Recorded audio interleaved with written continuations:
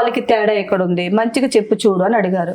So try చేశారా మంచిగా చెప్పాలి సోషల్ మీడియాలో? చెప్పాను కదా స్టార్టింగ్ లో మంచిగా చెప్పాను, ఏంటమ్మా మీరు ఇలా చేస్తున్నారు అలా చేస్తారు, పిల్లలు చూసి పాడవుతారు, కేవలం లైక్స్ కోసమే నా బరి తెగించేస్తున్నారు అని ఇంకా చాలా వరకు చెప్పి చూసా.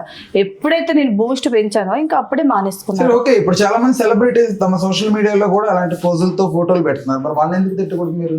సెలబ్రిటీస్ అంటే అది మూవీకి సంబంధించింది కదా, నాకు సంబంధం లేదు కదా. కామన్ మ్యాన్స్ కూడా మూవీస్ కి, సీరియల్స్ కి, సీరియల్ వాటికి వెళ్దాం అని చెప్పేసి వీళ్ళు ప్రయత్నం నా కంటికి ఎవరైతే కనిపిస్తారో వల్గర్ గా వాళ్ళందరినీ ఇచ్చి పడేస్తున్నా. నాకు కనిపించాలి ఫస్ట్ ఆఫ్ ఆల్. ఏరుకోరు నేను వీళ్ళనే టార్గెట్ చేసి ఏరుకోరు తిట్టలేను కదా. స్క్రోలింగ్ చేసేటప్పుడు మీకు సెలబ్రిటీస్ ని అనేంత ధైర్యం దమ్ము మీకు లేదు. అంత లేదు. సెలబ్రిటీస్ అయితే ఏంటి, వాళ్ళు కూడా కామన్ మ్యాన్స్. సెలబ్రిటీ వీళ్ళు కామన్ మ్యాన్ అని నా దగ్గర ఎవరు ఉండదు, అందరినీ ఈక్వల్ గా.